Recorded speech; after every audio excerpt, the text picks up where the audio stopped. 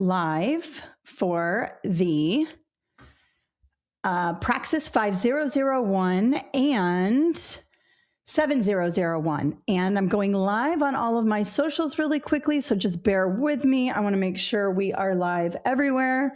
And it looks like we are. Awesome, awesome. And we are live. So welcome, everybody. My name is Kathleen Jasper, and I'm going to be leading you today through a tutorial on the 5001 and the 7001 Praxis exam. This is for our elementary education teachers. So really quickly, I just want to go through a few things before we get started. If you're new here, let me know in the chat. And we've got a lot of people already in the chat talking to each other and answering each other's questions. So I really appreciate that. First of all, my name's Kathleen Jasper. I own Kathleen Jasper LLC. I started off as a substitute teacher, just like many of you are starting out. I took these exams just like many of you are. And I then became a certified teacher. A little bit later, I became a curriculum specialist downtown, which is an amazing job. I highly recommend if you ever have a chance to do this downtown in the curriculum office with professional development or writing curriculum. It's such an amazing job, and it informs a lot of what I do today in this job, where I learned all about testing, the good, the bad, the ugly, and all of that. And then after that, I got my doctorate and I became an assistant principal at the high school that I taught at. After about 3 years, I left public education and started my own company. So those of you who are just starting in this field and you're thinking, geez, am I going to be a teacher for 30 years? Am I going to do this for the rest of my life? Sure. Yes. But also being a teacher opens up so many doors. I absolutely love my company. I love what I do. I love teaching on Saturdays. It's like my favorite thing about my company, that I get to teach. And, I adapted it to my lifestyle and what I love to do. So the sky's the limit once you start to, move through the education process. You can become an administrator. You can become a reading coach. You can work downtown in the curriculum office. You can become a superintendent. There are so many possibilities. And someday you could write textbooks or study guides like I do. Sky's the limit. And I'm so glad you're here. So a lot of you, it's your first time here. I see a bunch of people from Texas. So glad to see Texas here. We are moving into Texas, meaning I'm in Florida, but my products will be coming to Texas. We just finished the Science of Teaching Reading. I'm working on the PPR. That webinar is coming up at the end of May. So welcome, Texas people. We've got Georgia. We've got New Jersey, Louisiana. We always have lots from Louisiana here. And I'm so excited to see you guys, South Carolina, New Orleans, and all of that. All right. So want to talk about a couple things. First of all, I inputted my transcripts for my previous webinars into AI and asked it for feedback. And it said I was a little long-winded in the beginning of my webinars. So I'm going to cut that down briefly. But what I am going to do after each section of this webinar, so after the language arts portion, math portion, social studies, and science, I am going to take some questions in the chat. So put your questions in the chat. I'll try to get to them. There are right now 150 people in, and there will probably be closer to 2 or 250 once we get started with everything. So, I may not get to all your questions, but I will take some questions at the end of each section and answer those. Okay. So quickly, this is what we're doing today. We are focusing on these two exams, the 5001 and the 7001. Very similar tests. There are just a couple of differences between the two, and I'm going to go over that in just a second. Really, it has to do with the reading section. And I know some of you from Louisiana, you just switched from this to this. Now, don't worry, you guys, if you're like, oh my God, did my state switch and all of that? It doesn't matter. They're very similar exams, and most people are still going with this exam up until I think a few more months. So if you signed up for them, that's fine. Now let's talk about a couple of major things about both exams, okay? Both the elementary education 5001 and the elementary education 7001, okay? This is a 4 subtest exam. That means that there are 4 individual tests inside of a giant test. So for the 5001, the 4 subtests are reading and language arts, which is the 5002, mathematics, which is the 5003, social studies, which is the 5004, and science, which is the 5005. For the 7001, which is the new exam that a lot of states have adopted, it's the same exact thing, 4 subtests, except that the reading and language arts has turned to teaching reading, which covers more of the science of teaching reading. Now, I have some people in here for Texas asking, hey, is this going to work for Texas? Yes, it will. You are the EC6. And if you're in Massachusetts, you're taking like the MTELs and some other things. All elementary education exams typically assess the same things. And those are those 4 main subtests that you guys all have to teach as an elementary school teacher: reading and language arts, or the science of teaching reading, math, social studies, and science, because you guys have to do it all. When I taught high school, I was a biology teacher, a reading teacher, and a language arts teacher. I only taught those subjects, right? I had kind of a weird combination of different subjects I was certified in, which made me more marketable. Highly recommend getting certified in as many things as you can, because then they can use you in lots of different places. But in high school and middle school, typically teachers teach 1, maybe 2 subjects, right? You guys who are part of the elementary education, you got to do it all. So we are going to focus on all 4 of those subtests. Now, another thing people ask me, should I take all of the subtests at once, or should I break them up individually? I get this question so much, so I want to make sure you understand my definitive answer today. The first time you take these exams, I recommend taking the whole thing at once, because you could pass all or some of the sections. And then the next time around, you can break it up. The reason why is a lot of people go, oh, I got to break it up. I got to break it up. And if you have extreme test anxiety, you may need to break it up for you. And I don't want to tell everybody what to do. I'm just saying in a general sense. But if you are going into this exam, you could get them all in the first shot and you're done. Or you could get 3 out of 4 and you just have 1 more to take. So I highly recommend your first go round on these big, giant 4 subtest exams. I say the same thing about the Praxis core. Take them all and then focus individually. Now, if you're totally freaked out and it's too overwhelming to you, feel free to break them up. But that's my advice for sort of the general way of taking these exams. All right. Now, I know a lot of people are asking about a lot of the different tests. Some of you are in different states that use different tests. Typically, our elementary education books cover everything or most of what you are going to see. But just like my colleague Yana, she is in the chat right now talking to you guys. Her name is Yana.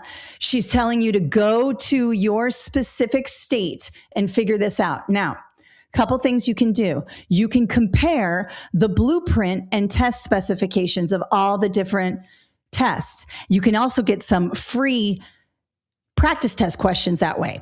Here's the second thing I want to tell you about these exams. All big testing companies publish a giant document, or if it's a Pearson exam, it's on a website, and it outlines the test blueprint and the specification. Okay. Now, the test blueprint is that kind of pie chart you see, and I have them in my books. At the beginning of my books, you'll see, let me just show you what a blueprint looks like. The blueprint looks something like this, okay? It's got, the 4 subtests, the percentage of questions in each thing. It's kind of an overview. But then if you scroll down further, you get in the specifications, which is specifically what the test covers. And in those test specs are good words that I talk about a lot in my videos, good words, bad words, and we're going to talk about those today. But it will also give you the exact skills you need. And what you can do is you Google the name of your test. So for example, Praxis 5001 test specification. I'm going to do that for you guys right now. Let me just show you Praxis. I'm going to share my screen in a minute. 5001 test specification and blueprint. All right. So let me share screen with you really quickly so you can see what comes up. Okay, so all I did was I Googled Praxis 5001 test specification and blueprint. You guys can do whatever tests, EC6 test specification and blueprint. You will most likely see my products come up. Okay, I'm going to be at the top because I pay for advertising and I want you to buy my stuff. Oh, this looks like it's a little, let me move this in a little right there. Sorry, I'm looking at my presentation. I can see, I'm trying to see what you guys see. I have a very wide screen because I edit books. So my screen's a little bit wonky. So I'm going to push that over. Just give it a second. And you can see here, you've got me there, teachers test prep, all that. Of course, I'm going to say mine is the best. Okay. But don't buy anything yet. Go right here to this PDF. If you are, let's do the EC6. Let's do EC6 for my Texas peeps. You're going to see all these videos. Ignore them. Go straight to the testing company right here. Yours is Pearson. See this big P here? For you guys, for Pearson test, it's going to be an overview and exam framework. When you click that, and I'm not going to stay on here long because this is their proprietary information, you'll see the blueprint. And then all this information in here is all the stuff you need to know. Let's go back to my Praxis. Let's go back to the Praxis one. You click this, they will have a PDF. You can download this. And again, this is their proprietary information. I want you to go ahead and download it. We'll give you the links in the follow-up email. See, it's always going to have a blueprint. And then below that, all these specifications. We call this test specs. Test specs. All right. In the testing world, it is the specifics that you have to know on the exam. These documents are the most important. Go to the test maker's website and get those documents. It is not a secret process. It's very transparent. A lot of people feel tricked or they're like, oh, they're trying to take our money. I'm not arguing with you. They make a lot of money. All right. But they do produce documents that show you exactly what's on there. They do this for the 5001, the 7001, every teacher certification exam, also the exams your students have to take. So for example, in Florida, they take the Florida Standards Assessment, the FSA. I think now it's called something else. Whatever, it's all the same. There is a document that shows everything that they need to know with sample questions. So I highly recommend you Google your test name, and then the term blueprint and test specification. Look for some sort of overview and framework. They call it a study companion for the Praxis exams. Bypass all of the paid stuff and first look at those. Now, some of you are asking about does this align to my test? Well, go ahead and pull up the 5001 and then pull up yours and see how it goes. And you will see they are very, very similar. Lots of people love our resources, which makes me so happy. And a lot of people will use my books for other states. All right. But I want you to look at those exam blueprints first. All right. They are the testing companies. They're the ones that make the exams. And I use their blueprints and test specs to guide my process and how I write my books because I want to make sure I cover every single thing in my books. So when you get a book of mine, I have the specs there and I basically use all that information to build this big, fat, giant book that is the 7001, the 5001. Okay. So that's the first thing I want to talk about. The next thing I want to say is if you are live, you are going to get everything in this webinar as a follow-up email. So everything we talk about is coming to you in an email. And if you're watching in the future, you already have it because you've downloaded it. And if you found this on social, there are links in the descriptions for you to get all the resources I'm talking about today. All right. And one of the resources you got today is a free study guide. So let me go ahead and show you guys that, which is this right here. Okay. Now, this free study guide has a ton of information in it. I actually beefed this one up pretty good a long time ago for my 5001 and 7001 people. Now, you can see that it's got very detailed answer explanations, and I highly recommend you work through this study guide. Beyond that, I have the paid study guides. Now, you can see here, this is 520 pages versus the free study guide, which is 24 pages.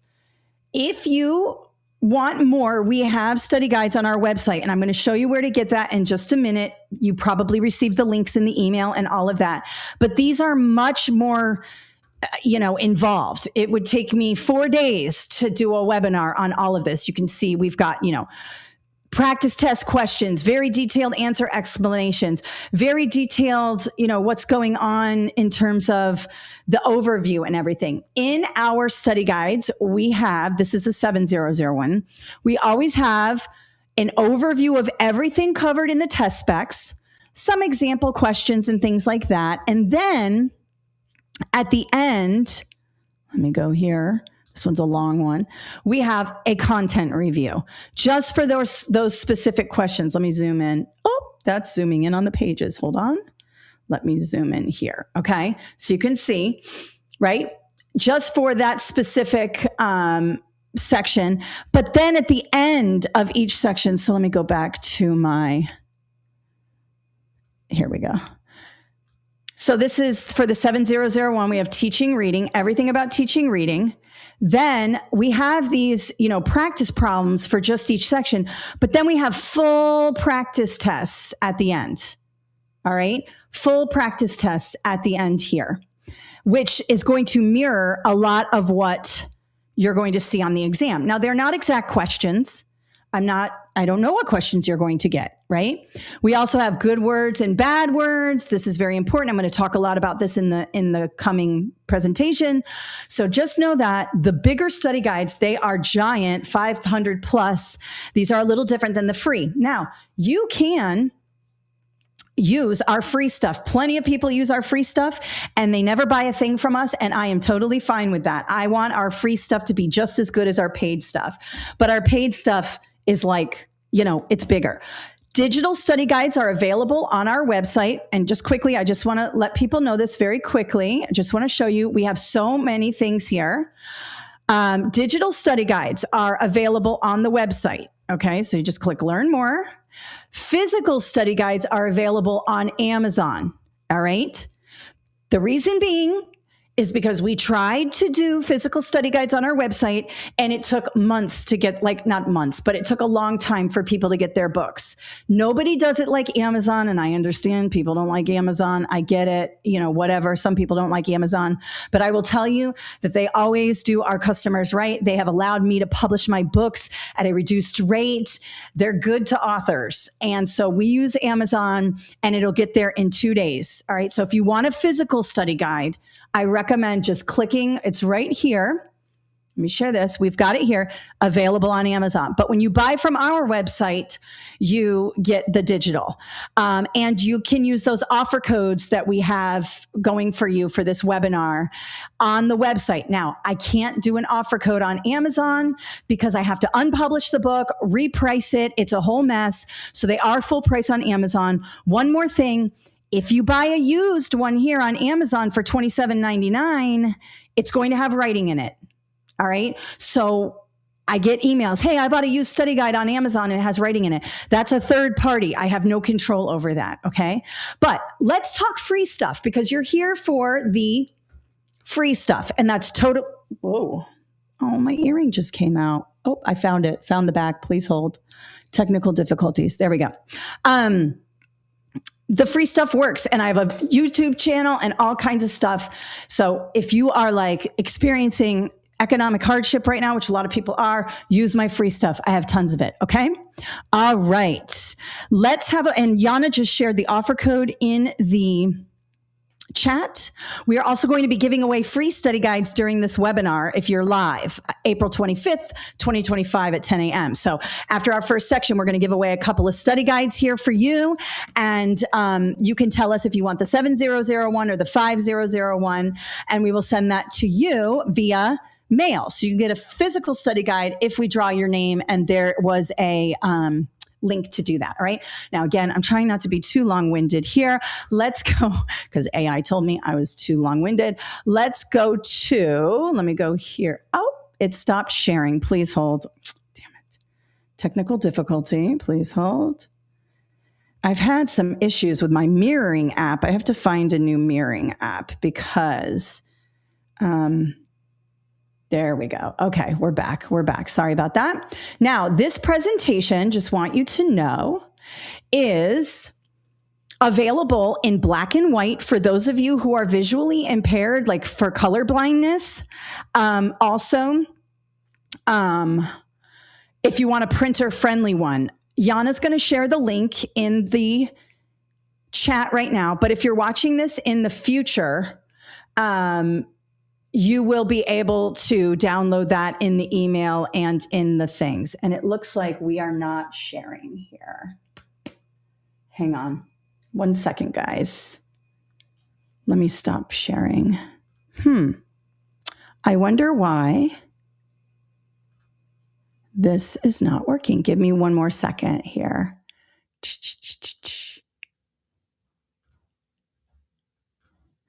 One more second. Let me try this one more time. Share entire screen and see if that works. Sorry, technical difficulties. Let's try. I'm just checking my thing to make sure. Please hold, talk amongst yourselves. I'm just waiting to see if this is sharing. It's like a 10-second delay. Ah, good. We're sharing. Okay. Sorry, there's a 10-second delay on things. And I want to make sure you have what we need. And let me just pull this out just a little bit here. All right, good. Here we go. All right, so we are talking about the Praxis 5001 and 7001. Let's talk about some of the differences here. So pretty much everything is going to be the same. There's just one difference, and it happens right here in the first part of this exam. Okay. Let me show you very quickly what that looks like. So for the 5001, it's called Reading and Language Arts. But for the 7001, it's called Teaching Reading. So remember, I told you they're made up of the subtests 5002, 5003, 04, and 05, right? For the 7001 series, it's 02, 03, 04, and 05. This is where the difference is, okay? Basically, it's called Reading and Language Arts for the old test, which is the 5002. The newer test, the 7002, is the science of teaching reading. Heavy on the science of teaching reading. Those of you from Texas, you know you have to take this exam as well. It's all about those foundational skills of reading. And if you're a brand new teacher, you may not have gotten that in your teaching courses and things like that. So I'm going to go through that today. I'm going to tell you those differences, but then everything else, as you can see, are totally the same. Math, social studies, and science remain the same. Now, if you're like, oh my gosh, I already bought the 5001 and they're switching to the 7001, do I have to buy new products? No. All you have to do is keep the 5001 and watch my teaching reading playlist on YouTube, or go to my teaching reading webinar, free webinar here on my website. You can supplement. So if you already bought products for the 5001 and you're like, I really don't want to buy all new products, don't worry, we've got you. It's totally fine. Okay. I also have online courses that are a lot like what I'm doing today live. They're a little more structured. I'm not like talking to you like I am right now. I'll show you those online courses in just a minute, but I just wanted to showcase those differences there. All right. Now, again, for the 5002, we have reading writing, speaking, and listening. Okay. And it's more of a broad literacy foundations. Okay. For the 7002, we're talking the science of teaching reading, or they call it a science of reading. Very, very explicit phonics and phonemic awareness emphasis. We're going to talk about that in a second if you're not sure what that is. It's very structured. They talk a lot about continuums, what students acquire first, second, third, things like that. Again, if you have any kind of visual impairment and you are looking for a black and white version of this, there's a link in the description or in the chat. We have that for you because I know you may not be able to see some of this. So I always want to be cognizant of those who may have exceptionalities. Also, let us know if you have any other issues, and you can hit closed captioning on this live video as well. In fact, I just turned mine on and it looks like they're working well. So let me know if you guys can see that. Yeah, I make sure we have closed captioning for those of you who might be hearing impaired. Okay, so let's talk about the reading and language arts section, all right? This is arguably the biggest and most important section. I'm sorry, math teachers, but this is the philosophy. Everyone is a reading teacher. I don't think math teachers should be reading teachers. I think math teachers should be math teachers. But social studies teachers, science teachers, art teachers, obviously reading teachers, ELA teachers, there is such an opportunity to teach reading all throughout, and students really need explicit, systematic, and recursive instruction in reading. And so that's why this is the biggest part of most elementary education exams or EC6 exams or whatever your exam is called. It's because everybody is a reading teacher. Now, in my opinion, math teachers have a very specific skill and they do not have time to be reading teachers. That is my philosophy. Other principals have a different philosophy, but I think my philosophy is right. Anyways, so let's talk about the 5002 reading and language arts. You are going to have 38 questions just for those foundational reading skills and 42 questions for the writing, speaking, and listening. This sort of encompasses everything there. Now, for the 7002, it's going to be a little bit different. It's going to be more of the teaching reading where they focus a lot on those foundational skills. So let's talk about those, okay? Both focus on the foundational skills of reading because they're so important. Now, this is what we call the Fab Five of reading, okay? We have phonological and phonemic awareness. These two skills right here, I want you to think about listening and speaking only. All right. They're usually lumped under, for the Fab Five of reading, they're usually lumped under phonemic awareness because arguably phonemic awareness is a more complex skill than phonological awareness. All right. Let me talk about these for a second and let me know in the chat if you have any questions about these. Okay. Phonological awareness are bigger chunks of sounds in words. For example, onset and rhyme. All right. So the onset of the word track, and I'm going to write it here, but when you do, let me put this in the white section. Let me do it down here. No, because that's where, that's okay. Let's do it here. Okay. The word track. When you do these skills with students, they are only using their ears and their mouths. You do not write anything. I'm writing it here for you guys just so you understand what's going on, okay? The onset of a word is the consonant or consonant cluster at the beginning of the word. So in this case, the onset is ter. Okay? Ter. The rhyme, which is R-I-M-E, is the vowel sound in the closing consonant cluster sound. Ack. So if I said to students, say track, track, say track, track, Tell me what the onset of the word track is. Tur. Now, students have been doing this a lot lately, so they know what the onset and the rhyme is. They're very good at this. Or I might say track, say the word track. And I say the rhyme of the word track. And they would go, ack. Notice that they are bigger chunks of the word. Now, phonemic awareness is when we do individual sounds in words. Ack. Do you see how that's different than ack? Ack.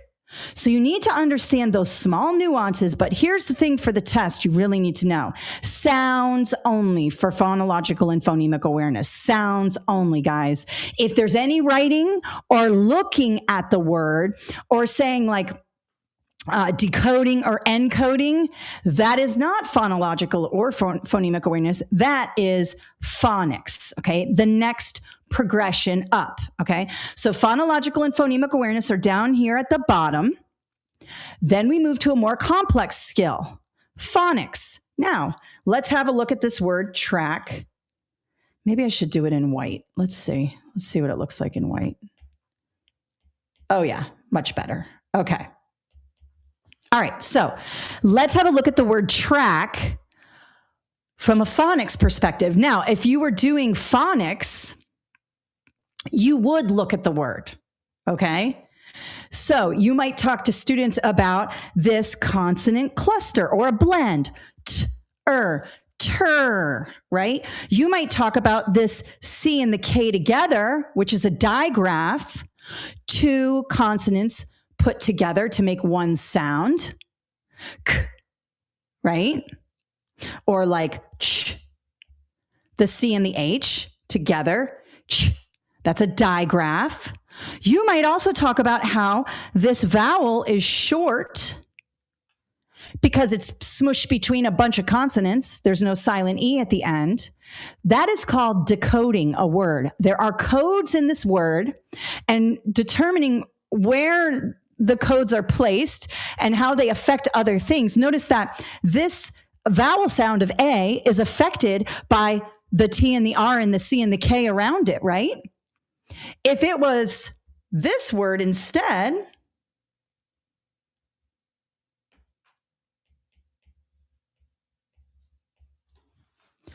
now we have a different situation here, right? This A becomes long because this is a vowel consonant silent E. Now, would a student just know that? No, we got to start with phonological and phonemic awareness, sounds only in words. Then we move into this decoding. You know, if you see a P and an H together, that makes a f sound, right? We know that because we are decoding words. Decoding is looking at the word and reading it out loud. Encoding is spelling the word. And that is all phonics. Letter, sound, correspondence. So anytime you see letter sound, phoneme, grapheme, codes, you are talking about phonics. These are things I want you to think about in the answer choices, because this is arguably the hardest part of the test. A lot of people think the math is too. The math is very hard, but this is very nuanced in terms of like student skills. And if you don't know these things, it can become very hard.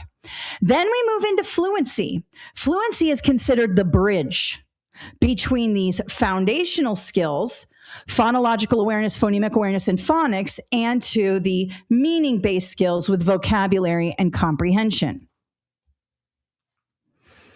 Again, I have a lot of videos on this. We're not going to spend a ton of time on this because I got to move through everything, but fluency is the bridge, okay? And fluency is when students are reading through the text, they're cooking, right? They're moving through it. They're not stopping to decode a bunch of words. They're not sounding everything out. You know, we don't want students to be in that position where they're sounding out every word in a passage because it takes up too much cognitive endurance. We need that cognitive endurance to build meaning, to understand the text. So that's why the science of reading, or the science of teaching reading, is all about building up those foundational skills, really working on, you know, phonemic awareness, phonological awareness, and phonics, bringing those together for fluency so they can be automatic in their reading, so that when they go into vocabulary and comprehension, They're able to understand. Comprehension, obviously, is the essence of reading. That's the pinnacle. That's where we want people to be, right? But there's a lot of things that have to happen first, and that's why the foundational skills are so important. Be on the lookout for anything about metacognition. Metacognition is thinking about our thinking, and it's all about teaching students how to use their brains. And we do that through think alouds. Match the term think to cognition. When you're on the exam, you want to be looking at the answer choices, and I'm going to do some sample questions here in a minute. And I'm going to talk to you all about that. Now, the study guide that you got with this webinar, that's for you to do on your own. I've done that so many times. I wanted to switch things up a bit for this particular webinar today. So we're going to do new questions. So let me show you what that looks like, okay? So first grade teacher asks a student to listen to the word ship and identify each individual sound. Sh, I, p. Which activity best assesses this skill? Now, I always tell people to work backwards. I just read this through like how a normal person would read it. Start at the top and go all the way down to the bottom. I do not believe in doing that. I think you should start with the answer choices first. Now, I added these things right here to this just for the sake of this presentation. Typically, you will not have that. You'll just have phonological awareness, phonics, phonemic awareness, and fluency. Now, if I were to work backwards here, I probably wouldn't be able to do much because it's just one word answers. But when you have those very long answer choices, you'll be able to do that. And I'm going to go back to the free study guide in a minute and show you that. Okay. Just give me 1 second. Now, I want to talk about this. First of all, we have the word sound in the question. So if we're focusing on sounds, we are not doing phonics and we are not doing fluency. Eliminate them right away. Sounds only. When we're talking about sounds only, it's got to be either phonological awareness or phonemic awareness. And then we have the term individual sounds. Sh, I, p. Therefore, it's not phonological awareness. It is phonemic awareness, individual sounds. Now, let me show you a different one here. Let me go to the free study guide. Okay, let me show you some stuff here. Sorry, got to get to the practice test questions. Okay. Let me go here. Okay, let's have a look at number 3. I want to look at number 3 here. Okay. Now,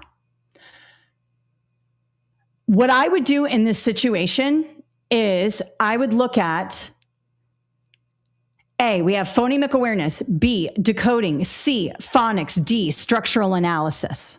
All right. Now, if you've been studying the book, you know that decoding and phonics are the same thing, right?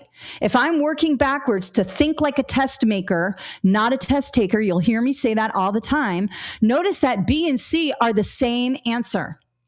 Also, D is a phonics situation. A structural analysis is when you're looking at a word and you're like pulling off the what's it called?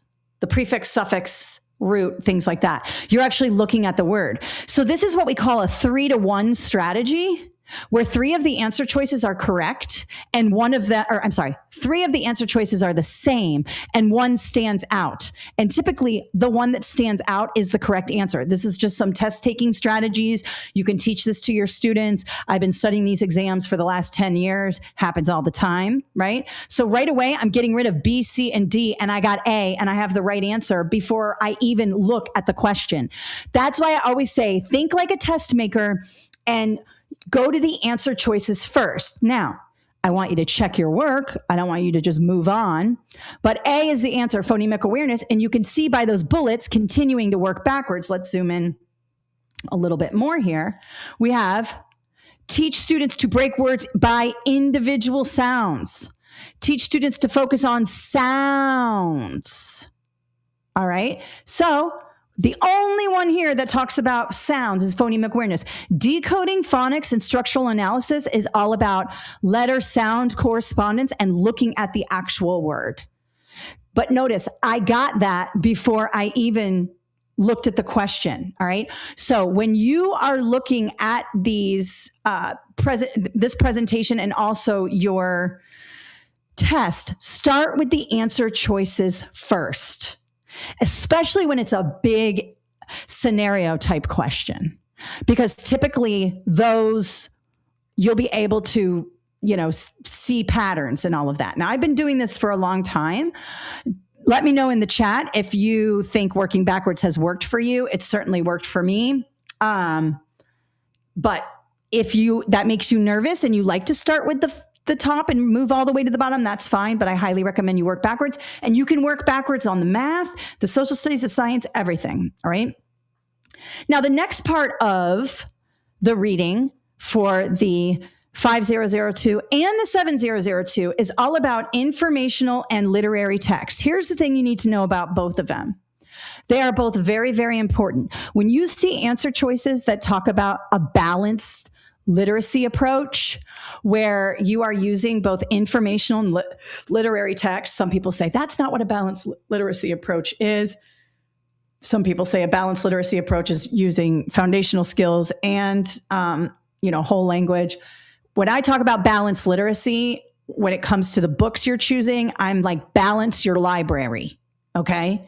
You need informational text and literary text. You might think, oh, informational text is a lot more difficult for students. Some students thrive with informational text because the answers are in the text. Literary text can be a little more nuanced, poems, stories, things like that. Some kids are better with like that concrete information, whereas some kids are better at interpreting text. That's why we have to make sure we're using both. So any answer choice that talks about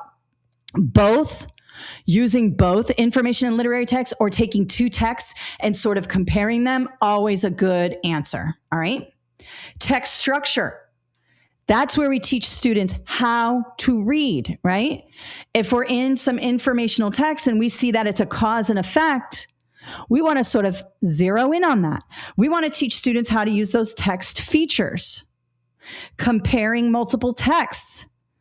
The word analyzing, good word, right? We want students to be using those higher order thinking skills. We always want to help students use their text to self and text to world. That's why we want diverse libraries. We want diverse stories. We want diverse characters, because we want all students to see themselves in literature. And then, of course, very, very important, good word. You'll hear me say good word. Look for these in the answer choices. Evidence-based discussion. Even at the early grades, like early childhood, kindergarten, we want to ask students, that's an interesting claim you're making. Where in the text do you see that? Where in the text is that supported? And have them put their finger on it. The reason being is that sets them up for the citations and all of the evidence they're going to need to use when they become more proficient readers. All right. Very, very important. Good words. All of this is good words here. Okay. Now let's have a look at this. So first of all, let's have a look at the answer choices first. We have A, to help students distinguish between facts and opinions. I like it. Facts and opinions are good. B, to build academic vocabulary related to environmental science. All right, I love building vocabulary. I'm not going to cross anything out.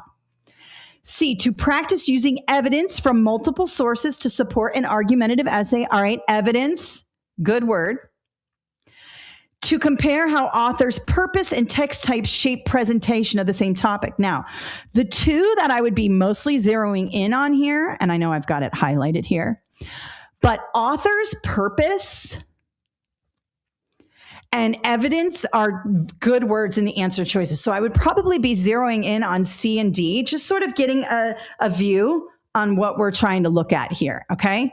Now I am going to read the question now, but I love to read the answer choices first. It's also because I'm ADHD and I can rarely do things from start to finish. I start in the middle, I start at the end, I'm looking out the window, like I'm crazy, right? About like how I learn. I'm just pulling things from all over the place. Those of you who are more linear, you may not like this approach, but it works really, really well, especially when you're trying to think like a test maker. So it's between C and D for me now. Let's have a look. A teacher assigns students to read a newspaper editorial. Ooh, keyword there, editorial, and a scientific research summary, both addressing the causes of wildfires. What is the primary instructional purpose? Now, if I didn't have this highlighted in green here, you might say, well, facts and opinions, right? An editorial is an editorial is opinion-based. And scientific research would be based in facts. So you might be leading towards A. B, to build academic vocabulary, an editorial could have that. And scientific research summary could have that. This is where it gets tough. This is where people say, I think all the answers could be correct. Let's go through this, right? C, to practice evidence from multiple sources. Okay. To support an argumentative essay. Well, an editorial could be an argumentative essay, but is the scientific research an argumentative essay? Typically, it's objective. So C, I cross out right away. D, to compare how author's purpose. Notice here, what is the primary instructional purpose of this paired reading assignment? When we are using paired reading assignments like this, an editorial and research, there are two different purposes for this. The editorial is to give an opinion. It's to persuade. The research is to just give you some evidence and see how, you can come to your own conclusions or read the conclusions of the actual study. Okay. Facts and opinions, close. But do we ever talk about research as facts? No. We talk about them as evidence, theories, things like that. Scientists never say, this is a fact. They say, it's a theory. It is supported. The evidence supports. So that's why D is the best answer here. Author's purpose is a huge theme on the 7002 and the 502 and any teaching, reading, elementary education exam, because we want students to understand that when somebody is writing something, there is a purpose for that writing. And it's one of the most important things that we can teach students. Also, when we talk about writing, what's your purpose for writing? Are you trying to persuade? Are you trying to educate? Are you trying to show cause and effect? That's all very important. That's why D is the best answer there. All right. Then we get to writing, speaking, and listening. Obviously, the writing process is very, very important, and it starts early. Scribbling, writing letters. Sometimes they're backwards. My little niece is in the beginning writing stages, and she is so cute. She writes and writes and writes. All I do is buy her notebooks because she loves to write. And she's getting better and better, but she writes phonetically right now because she is in kindergarten. She's about to be in first grade. So she writes by the sounds in words. It's just so cute when they do that. But then as they get older, we go through the writing process, and that's with your pre-writing, drafting, revising, editing, and publishing, right? Also, good word, audience awareness. Who are we writing toward? Are we writing to our teacher? If we're writing to our teacher, our tone is going to be a little different than when we're writing to our best friend, right? Word choice, all of that. On the 5002, you will have some grammar and mechanics, some basic stuff, capitalization, subject-verb agreement, semicolons, things like that. You won't have much of that on the 7002. You might get a couple of questions, but for the most part, it's all about the actual writing process from the foundational writing process up to, higher levels. And then, of course, presentation skills, how to organize, deliver, and speak, and also how to listen. We all need some active listening skills, myself included. I could probably use a course on that here and there. All right, so let's have a look at the answer choices here. Great details. Add a closing statement to wrap up your paragraph. Try combining sentences to vary structure and avoid repeating. Your paragraph needs stronger topic sentence before these details. Consider adding dialogue to make the writing more vivid and engaging. Okay, based on these little quotation marks, I can see that this is feedback. All right. Now, when we're talking about feedback on the exam, we want to say, or we want to look for answer choices that give specific and meaningful feedback. In this case, all 4 answer choices give specific and meaningful feedback. I like A because it gives a little bit of a positive, but then it talks about, what you could do to wrap it up. But great details isn't specific enough as like, oh, I like how you said my cat is fluffy and orange. I love the colors you used, right? So it could be a little vague, but I like A. B stands out to me because of the word varying sentence structure. When we talk about varying sentence structure, we are focusing in on those good words. We want students to avoid this. My cat is fluffy. My cat is orange. My cat is named Max. My cat is a good cat. You'll see students start to do that as they are working, right? Through their paragraphs and things. Typically on writing feedback, we want to be positive, but we also want to encourage students to have varied sentence structure. And in this case, you can see it's very short sentences that repeat. So varying sentence structure would be good here. All right. Let's go ahead and take some questions. I want to go here. Give me some questions in the chat. Let me scroll down. Oh, you guys are all answering. Europe Simmons says, working backwards does work. I love it. I love it too, especially for those scenario-based questions. Never tried this strategy, but love it. You'll see. And look, guys, it's not going to work. The backwards strategy is not going to work perfectly for every question, but it gives you a sense. I'm going to show you on math also how to do it. You got to think like a test maker, not a test taker. Test takers start from the top and move all the way to the bottom. Strategic thinkers are moving in and out of the item, right? So let me, all right. So let me call some names. And while we're waiting, ask me some questions about the 5002. How much difference is there between the 5001 and the 5025? This is Nathania.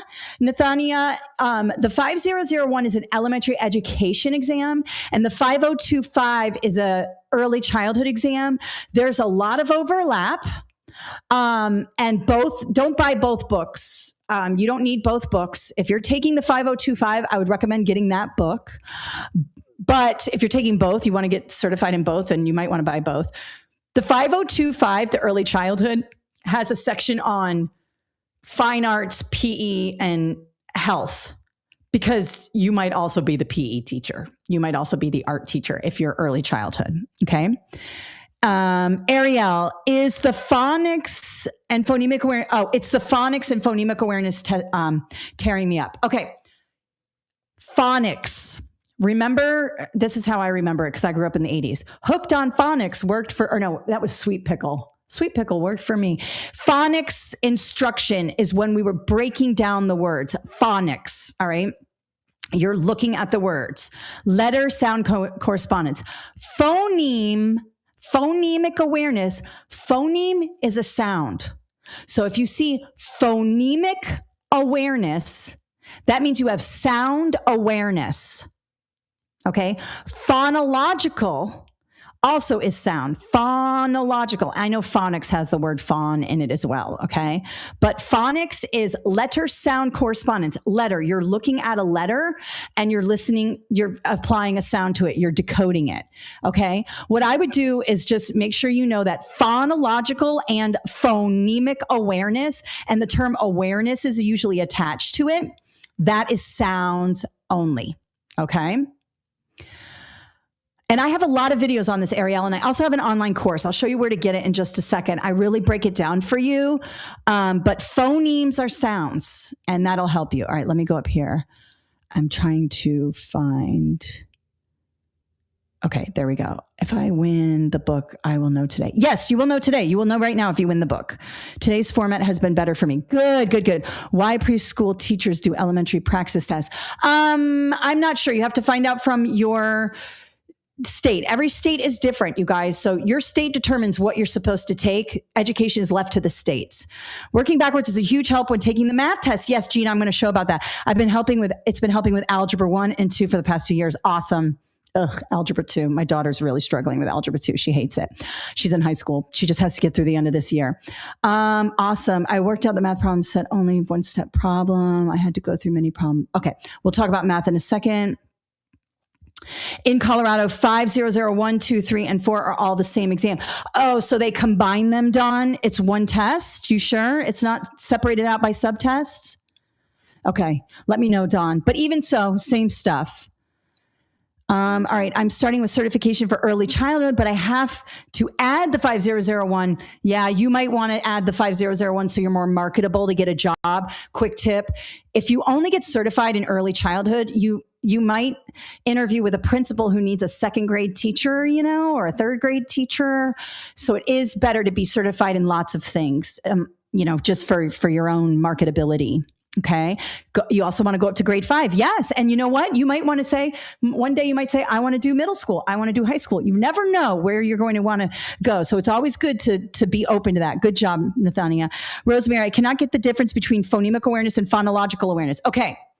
Phonemes are individual sounds in words. Phonemic awareness, understanding individual sounds in words. T, k. All the tiny sounds, right? Phonological are bigger chunks of sounds, onset and rhyme. Ak, 2 sounds. Or maybe a syllable like bull.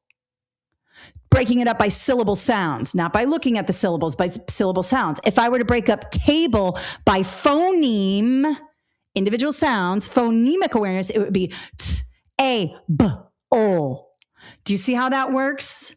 That'll help you. Phoneme has the 1 in it. Oh, Patrice. Love it. Love it.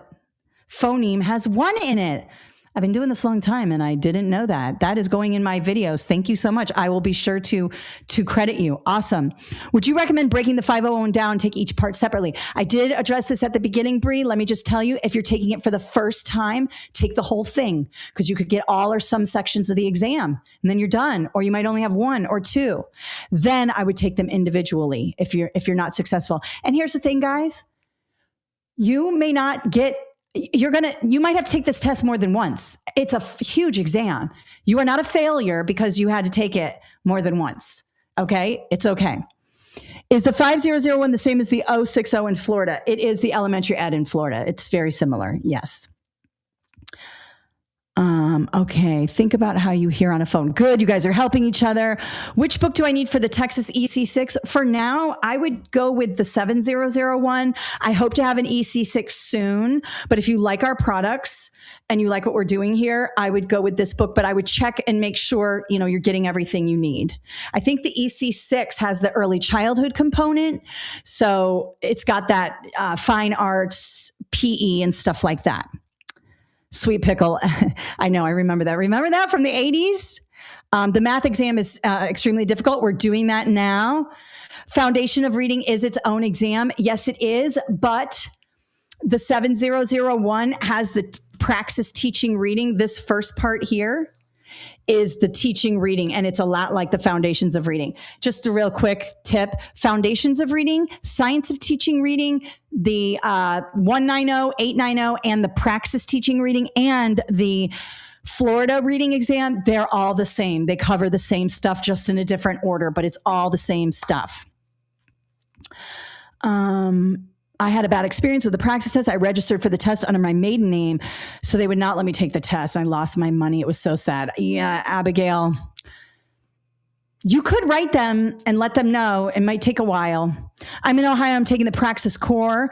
Okay, we're going to be doing a Praxis Core later.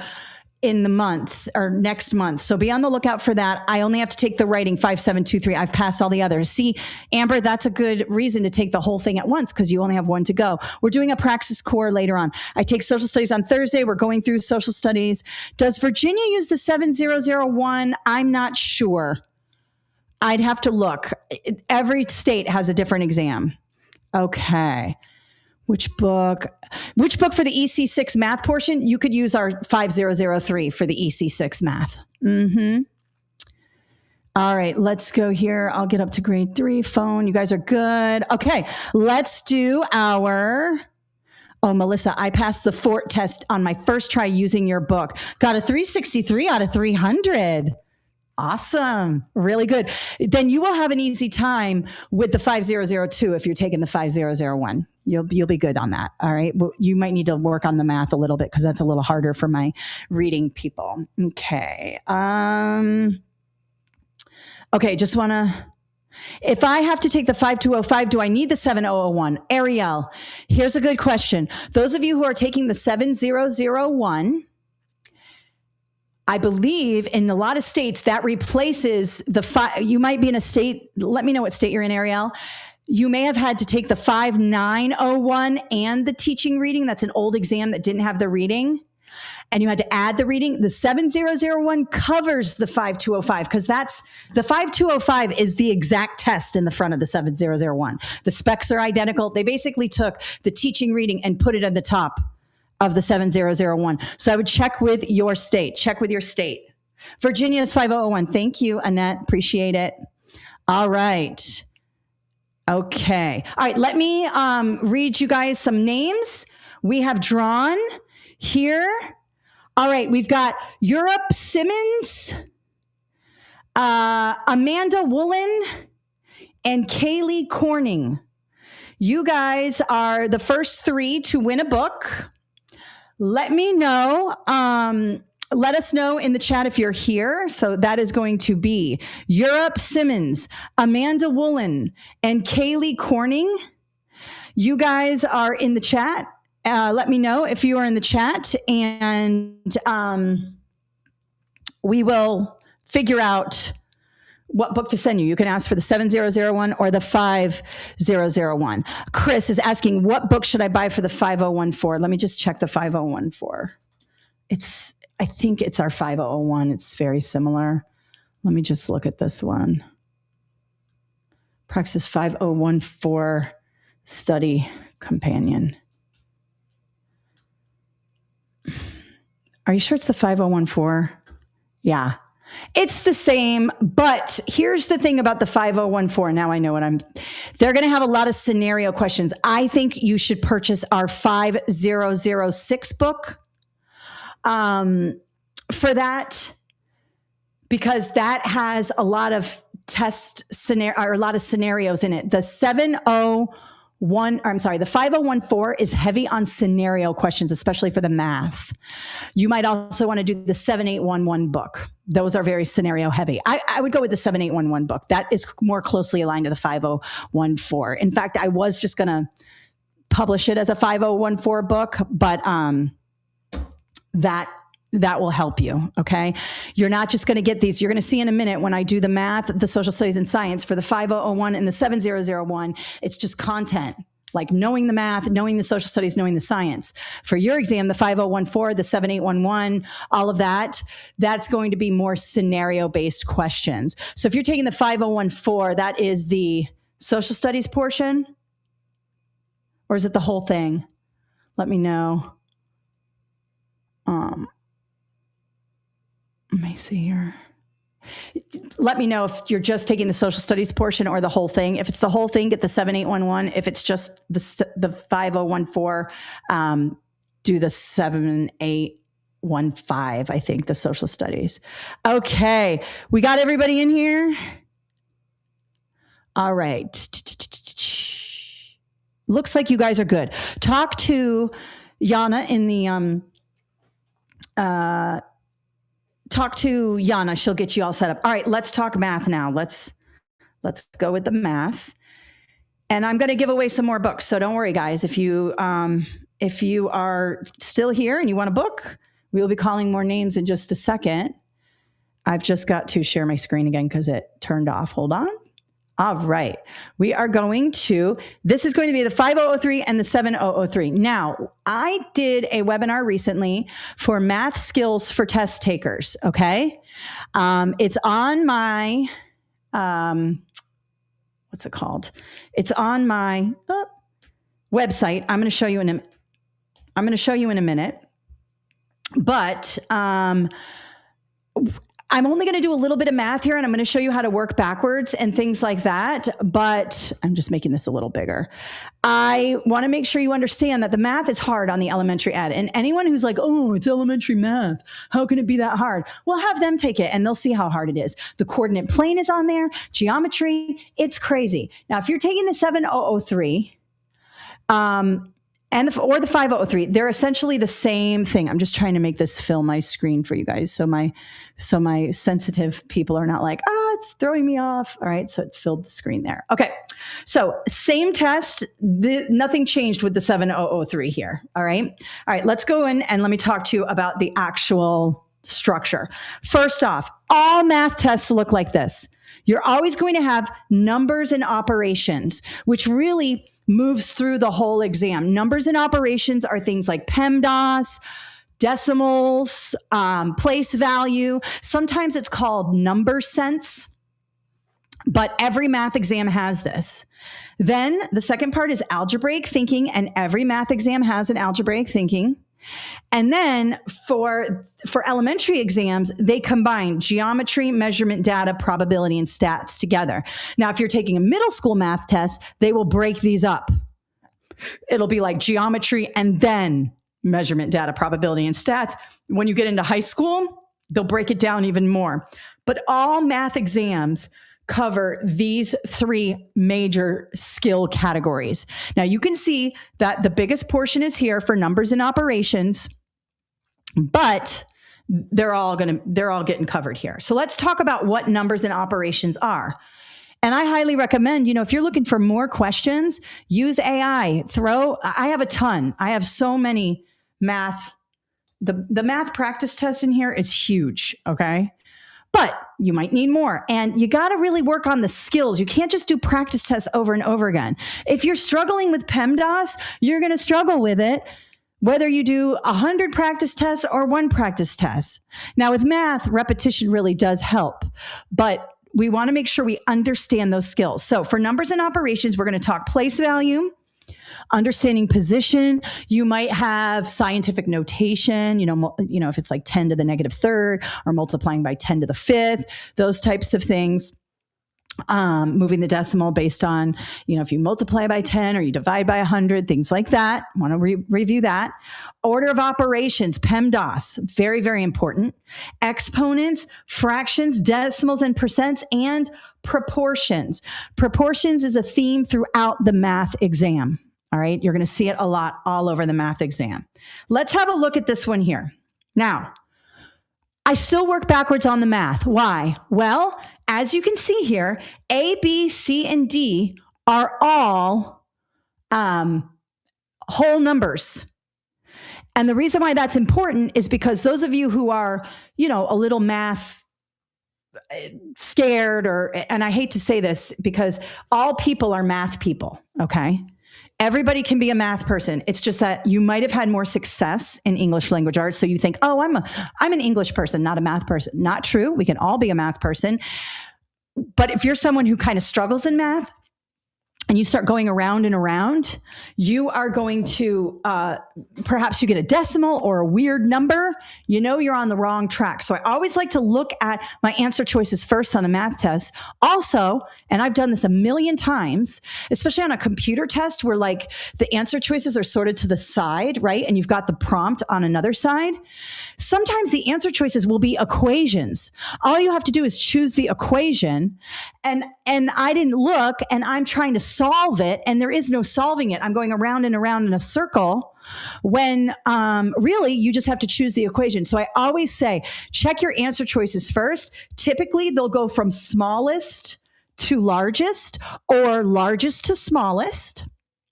And as you can see here, they're all regular whole numbers, no decimals, no negatives, things like that. So if you start to get a negative or you start to get some weird stuff, abort mission and try again. All right. So it might be as simple as this. A class has 32 students.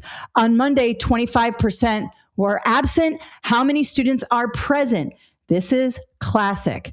This is something they do a lot. Let me show you what a lot of people do. They go, okay. And you do get a calculator, not a handheld. I'm going to use a handheld today. You get an on-screen calculator. So I highly recommend when you're studying for this exam, let's say you pull up my study guide on your computer, also pull up your computer calculator so you get used to sort of using your keyboard and your mouse because it can slow you down. Handhelds are easier. You can ask for a handheld, but I think you need accommodations for that. I think you need to go through the accommodations department and you need like an IEP or some sort of documentation that you have a disability or an exceptionality. So you're probably going to have to just use the on-screen calculator. Let me know in the chat if any of you have experienced this, trying to get a regular calculator. So when we talk about 25% of the students are absent, of means times. Okay. So we have 32 times 25% or 0.25. Now I go, okay, 32 times 0.25. Okay. 8. And if you're moving quickly, you're like, oh, boom, 8. Yep. A. But it did ask how many were absent. It asked how many are present. Please be careful. The math test is full of these where you know exactly what you're doing, but you forgot to do that last step. So that's why I always work backwards. I look at the answer choices and I always reread the question stem, which is at the end of the math question. And it's asking how many are present. Well, if 32 are the whole class makes up the whole class, and 8 are absent, 32 minus 8 is not 8, it's 24. Be careful, please. Classic trap, classic test maker thing, they'll throw in a wrench at the end and hope that you fall into the trap. Careful. All right, next one. And that's kind of a couple of things here. We've got adding and subtracting because we had to subtract the 8 from the 32. We've got percentage. We have some decimal. This kind of covers a lot of different skills in that numbers and operations portion. All right, let's go to algebraic thinking here. A lot of people get freaked out by algebra. Don't worry, you're fine. All right, we've got expressions versus equations. Quick thing, equations have equal signs. Expressions don't. Linear relationships, slope, y-intercept, and graphing, y equals mx plus b. These are tough ones. I go through this a lot on the my online course. I walk you through this. There are a lot of times, let me show you one. I'm going to show you a trick. I'm going to push this up. Okay. Y equals mx plus b. I'm going to just do this really quickly for you guys. Actually, let me go to here.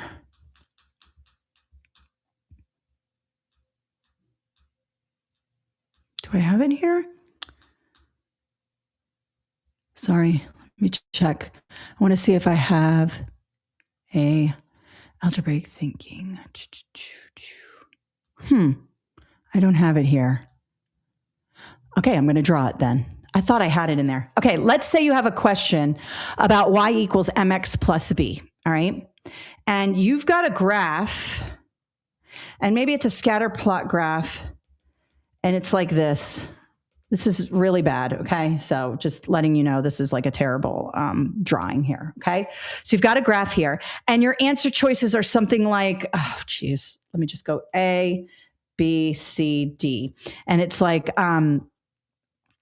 y equals 2x plus 4, y equals negative 2x plus 4, y equals 1/2 x, let's do negative 1/2 x plus 5, y equals negative 3x plus 5. Okay, now it's a 3-to-1 strategy here. Number one, you've got all negative slopes because the m is the slope, And again, I go through this in more detail, but this is something you can use on the exam because a lot of times they're assessing your basic understanding. They know you are not a math major. They know you are doing elementary ed, right?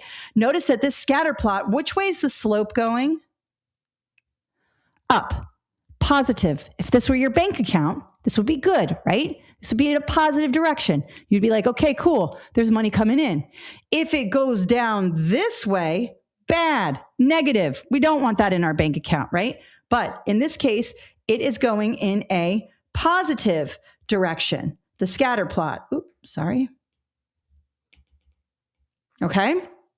And it might be a line also. It might be dots. It might be a line, whatever. There's only one positive slope. M is the slope. 2, A is your answer. You did not have to do any kind of crazy stuff, okay? You will see this a lot. If you get a slope-intercept problem, 9 times out of 10, you do not have to work it out. You just have to look at your answer choices. Also, we have a 3-to-1 strategy here. We have B is negative, C is negative, and D is negative, right here. Negative, negative, negative, right? If that happens, go with the one. If it's a choose all that apply, that could be hard. But if there's only one correct answer, go with the one that stands out. 3-to-1. If it's a 3-to-1, the 1 is your answer. All right. Just want to talk to you about that when it comes to slope. They know, I mean, now if it's the middle school test, math test, you're going to have to work it out. They're not going to make it easy on you. All right. If it's the math one or the high school, oh my God, I just wrote a book for the high school math. I will never do that again. Those are tough. You're going to have to work it out. But the elementary, typically you can do the 3-to-1 strategy. Okay. Remember that. Formulas for unknown quantities, proportions again will show up in algebra, verbal statements to algebra. We're going to do one of those. A lot of people get freaked out by those, but they're pretty easy once you understand a few fundamental things. And of course, inequalities. All right. All of that's under algebraic thinking and more. Okay. Algebra covers a lot. Let's have a look at this. All right. Which equation correctly represents 4 more than 3 times a number equals 19? All right, so right away, I can cross off A because it doesn't equal 91. All right, that one's kind of easy. But B, C, and D all have equal 19. All right. 4 more than 3 times a number. 3 times a number is 3n. So I can cross off D. 4 more than 3 times a number. C is the correct answer. B is not the correct answer. B is 3 times the quantity n plus 4 because you would do distribution here. And this is actually 3n plus 12 equals 19. Now you might say, well, that's easy. Yes, it is. But be careful. It could also be because it's more, 3 more. This could also be 4 plus 3n equals 19. In this case, they put the 3n first. They put the variable first. Now, where you need to be careful is when it says less than. If it says 4 less than 3 times a number, you don't do it the way it reads. For example, if I wanted to say 4 more than 3 times a number, you could say 4 more than 3 times a number is 19. When it's addition, you can read it from left to right like that. But if I were to do that here, 4 less than 3 times a number, and I see people do that all the time, they go, oh, okay, 4 less than 3 times a number. No, that's 3 times a number less than 4. Be careful. Less than, you got to flip it. This would be 4 less than 3 times a number. Be careful when you do that when you're talking verbal statements to algebraic equations or expressions, okay? Just want to point that out. All right. And let's do one more, proportion. These you'll see all over the exams. All right. So I'm looking at my answer choices and I can see I have 2 that are decimals and 2 that are non-decimal numbers. All right. So nothing's standing out to me there. It's in miles. Okay. And I can see it goes from shortest miles to most miles. A is the least number or fewer miles all the way up to the most number of miles. Okay. Now let's read this. The question says, what is the actual distance between them? When I see actual and I'm talking about a map, on a map, I know I'm going to have to use a proportion. Let me move this down so you can see it on my screen. All right. It says on a map, 2 inches represents 75 miles. 2 cities are 5 inches apart on the map. What is the actual distance between them? Those of you who have a hard time with math typically get completely freaked out by this particular question. You'll see it with maps. You'll see it with statues. You have like a model of something and they want the real thing. All right. All you're going to do is use a proportion. Here's how you figure out if you need a proportion. If it has the word ratio in the question, if it has something like this, the actual distance where they're giving you like a model of something. All right. And also if you have 3 out of the 4 things, notice I have 1, 2, 3, and I'm looking for a 4th thing. That'll also help you. Another thing that you need to think about is what I like to call matchy-matchy. In this case, we're going to do inches over miles equals inches over miles. You could also do miles over inches equals miles over inches. You have to keep the same thing on the top as you do on the bottom. All right? You can't do inches over miles equals miles over inches. You're going to mess it up. In this case, we have 2 inches over 75 miles equals 5 inches on the map, but I'm not sure how many actual miles it is. That's what I mean. You're missing that 4th thing. When you set it up like this, you're missing the 4th thing. Okay. So what do we do here? We cross multiply and solve. Whenever you have a proportion, matchy-matchy, inches over miles equals inches over miles, and then you do cross multiply. So I cross multiply here and I get 2x equals 5 times 75 is 375. I'm just 5 times 75. Use your calculator. Don't guess. 375. Now, here's another reason why you might want to use your answer choices. Okay. Right away, I know that if I'm doing algebra and I'm dividing by 2 here, does 2 go evenly into 375? Will 2 go evenly into any number that ends in a 5? No. So I can cross off any of these that end in a whole number without a decimal next to it. Also, 2 into 375 is a lot bigger than 112, right? I mean, 112 is going to be like 230 miles-ish, 230, 235-ish. Okay. So right away, I can see that C is going to be my answer. Now, you have a calculator. I would use it, and divide 375 divided by 2, and you get 187.5, and that is the answer. But look, if you're in a situation, you're like, oh my God, I don't know. Oh gosh, I forgot what she said. Use your answer choices. You can see when you set this thing up, you've got a 2 here in the mix. So it's not going to be B or D. And let's just say you totally flake and you're like, oh my God, I have no idea. Well, at least you narrowed it down to 50-50. You've got a better chance than you did. So don't just throw it away when you freak and you're like, oh my gosh, I can't do this. I don't want you to spend 18 minutes on this problem. If you can't do it, abort and go, move on, grab an answer and move on. But, have a look at the answer choices and see if you can fix your chances a little bit better. In this case, you could. I would zero in right away on that 2, and I got 75 and 5, and I know that feels like a decimal. That's not going to be evenly divided. Just kind of give yourself a chance. All right. All right. Geometry, measurement, and data, not my favorite. You're going to have to look at 1, 2, and 3-dimensional figures. Perimeter, area, volume, circumference, units of measure, converting between standard and metric units, You might have some central tendency, even though it's not explicitly stated in the specs. I do include it in my books because, like, I don't know why it's not explicitly stated in the specs, but it is part of measurement and data. So I would make sure you know mean, median, and mode. You're going to have to interpret graphs and charts and probability.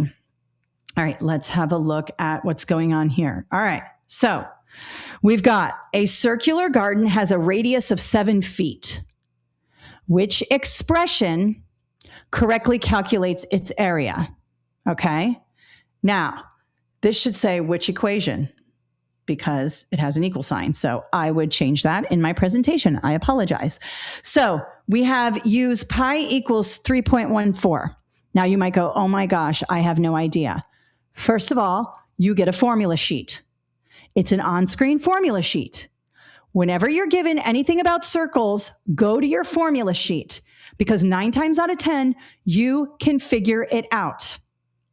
We have a radius of 7. Ooh, sorry about that. We have a radius of 7. And I know from my formula sheet that area of a circle equals pi r squared.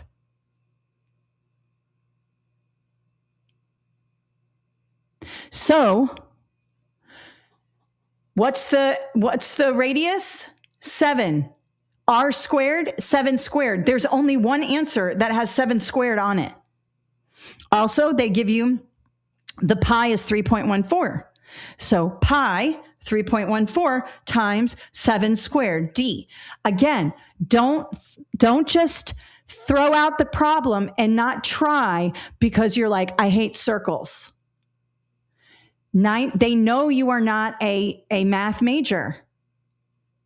You're probably not a math major. There are some math majors who are elementary teachers, and that's awesome. But typically, elementary school teachers are either elementary ed majors or career changers, right? Math majors typically are taking the middle school math exam or the high school math exam. It's much more difficult. They know that you're understanding this is an entry level a test. So they're going to give you hints. There's going to be ways to figure this out. So look for that in the answer choices here. And again, you get a formula sheet. All right, before we get to social studies, let's give away some books and answer some questions. Let me go to my books here. All right, first person out of the digital hat is Ariel Harris. Ariel Harris. Second one is Pragya Sharma. I'm so sorry, I just butchered your name. Pragya Sharma. And the next one is Candy Bennett. Candy Bennett. So we have Ariel Harris, Pragya Sharma, and Candy Bennett have to be present in order to win. Let me know in the chat if you want a 7001 or a 5001. All right, here we go. I'm looking at some questions here. Is this recorded? Yes, you're getting it in a follow-up email as soon as we're done. Do you get the formula sheet? Yes, you get the formula sheet. Let me go back. You guys are, let me see here. Let me see here. I'm hearing this. Math is my weak subject. Michaela, it is that way for a lot of people, but I want you to tell yourself a new story. Math is going to be your strongest subject. I'm going to show you guys where to get a really good math course. And it happens to be my math course. Let me show you here really quickly. This is what my math course looks like. Hold on. For both the 7003 and the 5003. So if you look over here, and I'm going to just pull this in a bit. Hopefully you can see it. My math content area. So let's go to 7003. This is the full one here. This is the full course, 7002, 3, 4, and 5. Also the 5002, 3, 4, and 5. You can also buy them separated out. All right. So here is the math portion. First, you're going to get the study guide to download. All right. And a little introduction. But then I go through each and every single question in the book, even the example questions in the book. Let me pull this in a little more because it looks like you can't see that menu. There's a big menu on the side here. Okay. I go through all of the sample questions inside of the book, and I go through all the practice tests. I do every single question with you. I show you shortcuts. I write on the screen like I'm doing now. I show you exactly how to do this. I keep it very, very clean. I go through the book. If you are someone who struggles with math, I highly recommend our online course. Let me show you really quickly where you can get that. So if you go under online courses, Praxis Elementary Education, you can buy the whole thing, which gives you everything. All right. Online course. That is the 5002, 3, 4, and 5. Online courses, the 7001, 2, 3, 4, and 5, all that as well. Okay. They're the same, except for, of course, that first part, the reading portion of the exam. All right. And when you go in there, you're going to get very, very, very detailed. All of it is going to be very detailed. I write on the screen. I go through every single problem in the book, even the example problems. Then, of course, I have let me go here to the end. Practice tests 1 and 2. I go through them all and I break them up by questions like 1 through 10, 11 through 20. So you can kind of, go in there and you don't have to look through a whole 5-hour video, right? It's like bite size, but you can see I go through everything. Let's go to the coordinate plane. I go through probability, stats, all of it. All right. So if you like the way I'm teaching today, this is a little more structured because I'm not talking to you live in it, but I go through everything. So if you're struggling, you can see here, there are some tough ones on this exam. Very, very difficult, especially those about the coordinate plane where you have to draw shapes and stuff. I do all this for you in my course. Highly recommend if you're having a difficult time in math. Okay. And we have that offer code for you to buy that. All right. So it looks like we got our people. Let me know if you have any other math questions. Here. Oh, shucks, I didn't even realize I will take the 501. Okay. Wow, that course sounds amazing. What a helpful tool. Awesome, Jamie. Yeah, it is. It took me a month to record it. I really wanted to make sure you guys had very, very specific math instruction because a lot of people struggle, and that's okay. Okay. All right. So I don't do live tutoring. I only do self-paced online courses. I have so many people now, I can't be in a million places at once. So I only have those self-paced, but they are very detailed.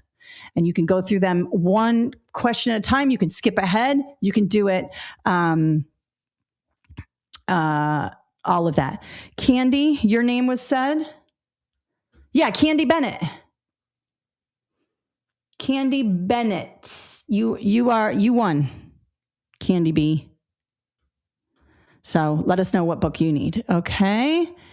All right, let's go. Next is social studies and science. Okay, let me tell you about the social studies and science situation.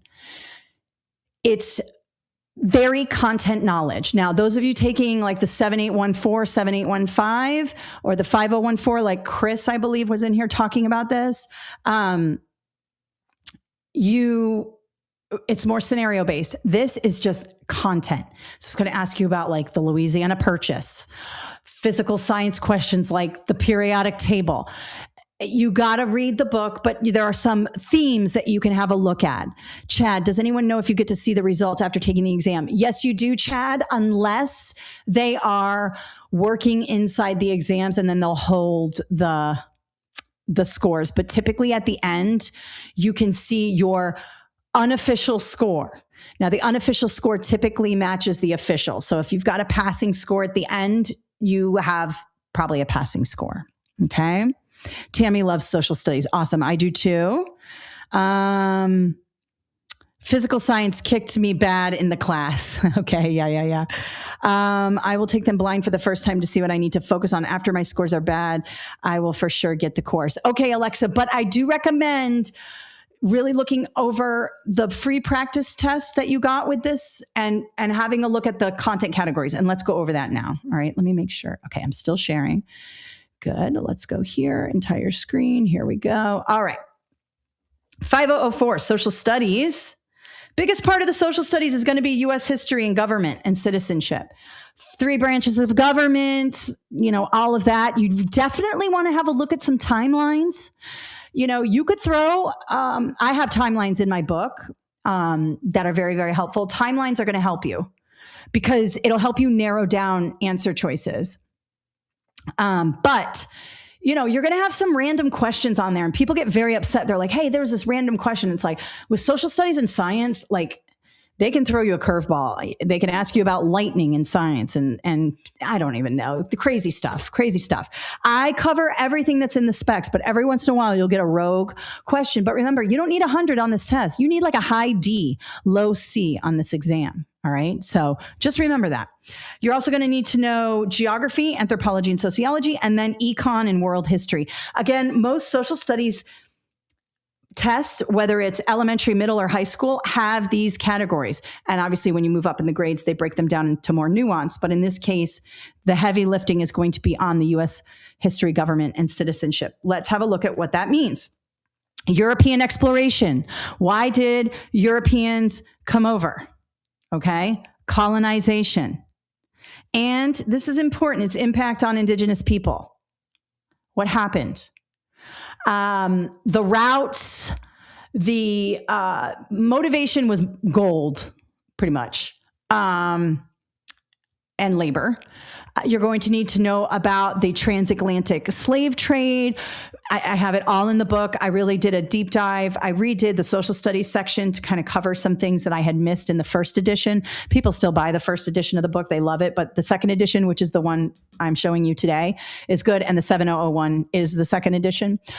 So make sure you understand that. You're going to need to know the colonies. You may not have thought about the 13 colonies in a long time. The Louisiana Purchase, wayward expansion, manifest destiny, all of that, Trail of Tears, the displacement of indigenous people, all of that you're going to want to know. Then we get into the American Revolution, causes, key figures, and significance. Some of you are history buffs. I really got into the American Revolution when I was writing this book, and I also wrote a high school study guide for the social studies, which really helped me understand a lot more. And I got into like documentaries. I was like an American Revolution buff there for a minute. But you're definitely going to want to understand all of that. Okay. And a timeline. You're going to want the timeline. Then, of course, major events, Civil War, Reconstruction, westward expansion, all of those things. Key documents is important. Obviously, the Declaration of Independence and the Constitution, and also what inspired these things, right? The Mayflower Compact was the inspiration to a lot of this. The Bill of Rights was a separate document attached later. The Federalist Papers came first before a lot of this. So you're going to want to really understand that. And I break it all down in the book. This is why you need to read the book and not just do the practice tests, because if you just do the practice test, I don't necessarily, there's only, how many questions? Let me go here. There's only 27 questions on this part of the social studies on the practice test. That doesn't hit everything here. Now, I try to get as much as I can in the practice test, but that's only 54 questions, right? So a total for both practice tests. So read it because I cover everything in there. Of course, branches of government. And then citizenship. This is a big one. All right, let's have a look. So we have federalism, separation of powers, checks and balances, electoral college, if I'm working backwards.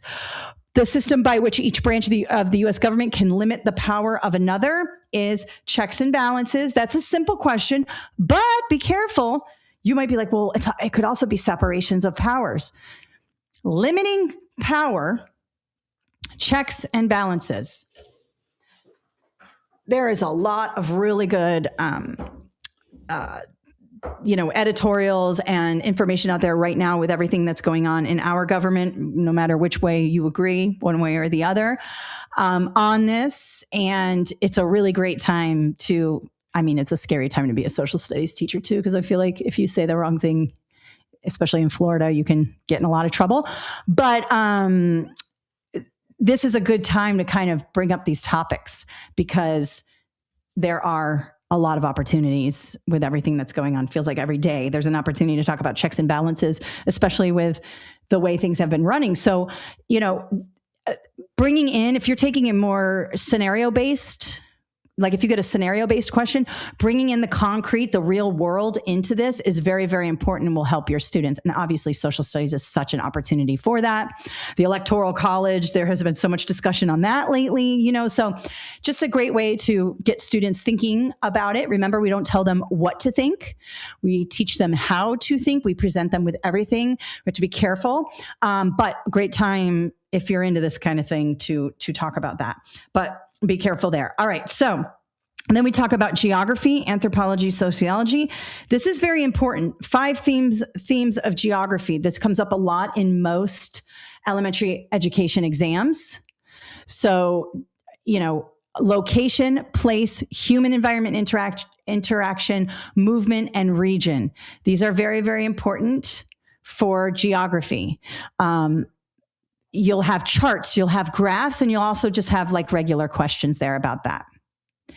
Physical systems and human systems, those are landforms, climate, all of that. And then, of course, how humans interact with that. Map types is a big one. Cultures is a big one. Shared beliefs, customs, language. They'll talk about the difference between like families and societies, that kind of thing. Migration and settlement, push-pull factors. You'll see some questions on there. How and why populations move. And then social institutions, like I said, family, religion, education, government, and cultural forces. So let's have a look at a sample question there. So we have physical map, road map, political map, thematic map. A teacher wants students to analyze where populations are most concentrated in the United States. Which type of map is most appropriate? Now, physical maps show landforms. Again, I'm adding this there. You would just have the term physical map, road map, political map, thematic map. They wouldn't give you this extra information, right? So you want to make sure you're just keeping in mind what these maps are. And I have them all named in my book as well. So physical map is going to be like mountains, the typography of the map. Road maps, obviously, it's roads. Political map, be careful because we are so in political times now and everything we watch, you'll see like red states, blue states, all this kind of stuff. Political maps, that's not what a political map is. Political maps are state boundaries. So when you look at the United States and you see like the Florida shape and you see the Texas shape and you see the Massachusetts shape and the lines that kind of outline the states, those are political maps. So be careful. They're not who's voting red and who's voting blue and which state is purple and all of that stuff. And then thematic maps, also called special purpose maps, they will help you with things like population density. And they kind of have those gradients, And so that will be the answer for this question. All right, world history and economics. Make sure you brush up on your ancient civilizations. I don't know if you've thought about Mesopotamia in a long time. Probably not if you're a career changer. Ancient Egypt, Greece, some of you are into it. You read a lot of books on this, but other people have not thought about the ancient civilizations and how they impacted modern society. That's really the connection there. They do go up to the 20th century. The test does not go through the 21st century.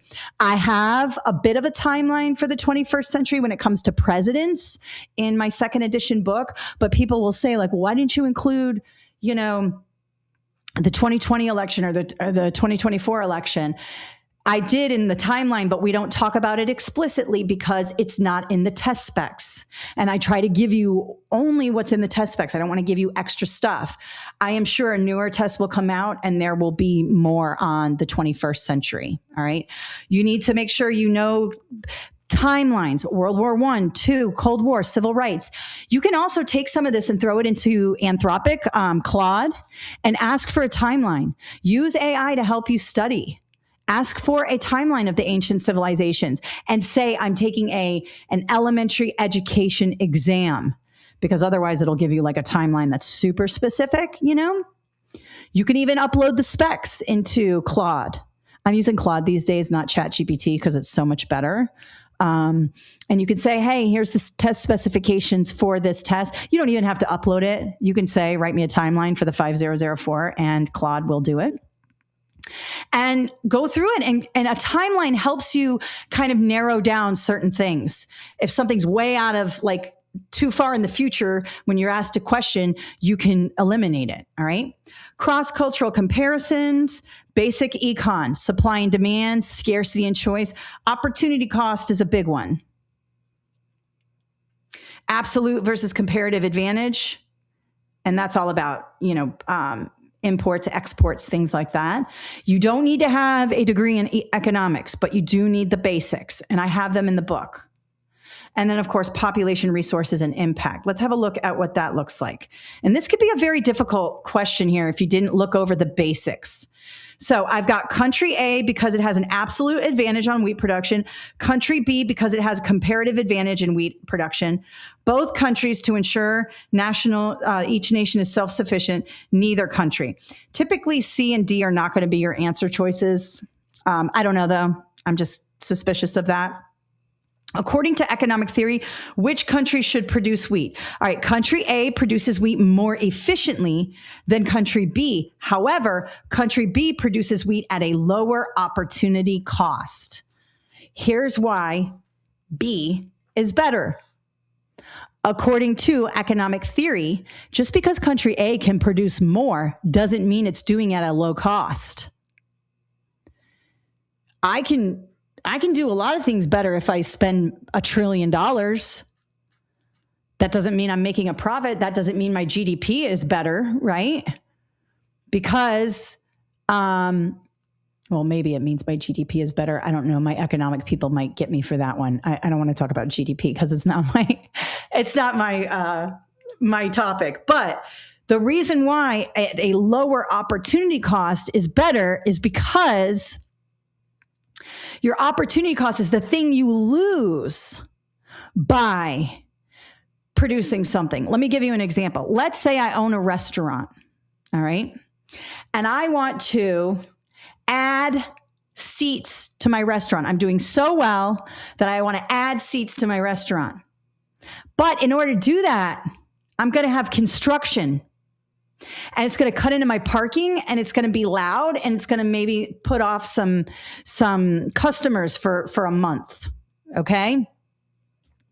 I have to weigh to see, that's an opportunity cost. I have the opportunity to put more seats in my restaurant, which means more money, more butts and seats. I grew up in the restaurant business. More butts and seats means more money and quickly turning them over, right? Got to turn and burn them. And, if the opportunity cost is low enough where I'm not going to lose too much, I might decide to do that. But if the opportunity cost is too much, I'm going to lose too much, I might not do it right then. The opportunity cost is very, very important. All right. Another thing in opportunity cost is like, you can have a video game or a new bicycle, not both, if you're a kid. So if you get the video game, your opportunity cost is the bicycle. If you get the bicycle, the opportunity cost is the video game. It can be as simple as that. But in this case, a lower opportunity cost means it's lower cost. It costs less to make the good.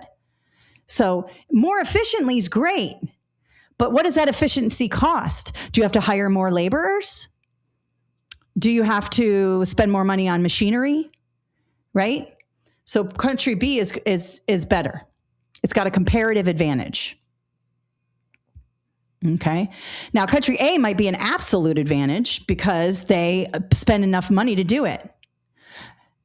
I don't know if this would be the same thing, but like China can produce tons and tons of cars very, very quickly. That's why their EVs are so low in price. But they have an absolute advantage in that because they can get a lot of low-wage laborers, and we can't do that here. And so that's why we have a 100% tariff on Chinese EVs. Some of the Chinese EVs are really cool, though. But if we did that, we would put a lot of our people out of work, and that's why there's a 100% tariff on them. All right, let's move into the science, and then I'll go back and we'll do one more drawing, okay? Let's go to science, earth, space, life science, and physical science. Three types here. And again, earth space is going to be all things earth and space, but it's also going to be like the crust of the earth, volcanoes, and that kind of goes into social studies as well, because social studies, you have landforms and things like that. But earth space is going to be like volcanoes, rocks, that type of stuff. And then obviously space. Life science is all things biology, from the DNA molecule all the way out to the cell, all the way out to tissues and organs, organisms, ecosystems, the whole thing.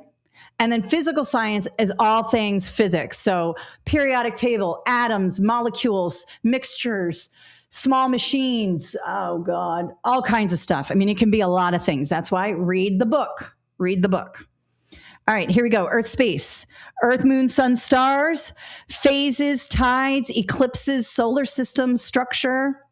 It's been a pretty cool month to be a science teacher as well, especially an Earth space science teacher, with everything NASA did this past month. That was so cool. I watched it like crazy with my husband. It was awesome. Love that. Earth systems, water cycle, carbon cycle, nitrogen cycle. That can also work its way into biology too.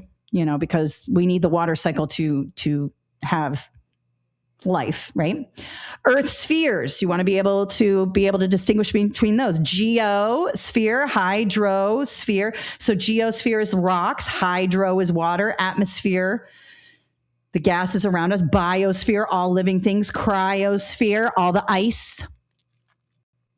Earth's crust, plate tectonics, earthquakes, volcanic activity, rock cycle. And then very, very important, inquiry is the most important thing you can help students do in this area. Science is all about being curious, inquiry. So if you see inquiry in an answer choice or curiosity in an answer choice, 9 times out of 10, it's the right answer. All right, let's have a look at this. This is kind of a normal science question. Which of the following best explains why seasons change? Now, if I were to work backwards, I should have done that first. Sorry, I went against my own thing. Let's have a look here. Earth moves significantly closer to the sun in the summer. Does Earth move closer to the sun? No. The orbit is the orbit. All right. The reason why it is hotter in the summer is because the tilt, not moving closer. The sun's energy output increases in the summer and decreases in the winter. No, these are just false statements. D, Earth's rotation slows. Oh God, if the Earth's rotation slowed, we would all be in big trouble. Earthquakes, things would collapse. That would not be good. So D is bad. C is the best answer. And if you see anything about the Earth's tilt in the answer choice, you want to make sure you grab that. It's probably the right answer, especially if we're talking about seasons. Okay. It's because the Earth is tilted.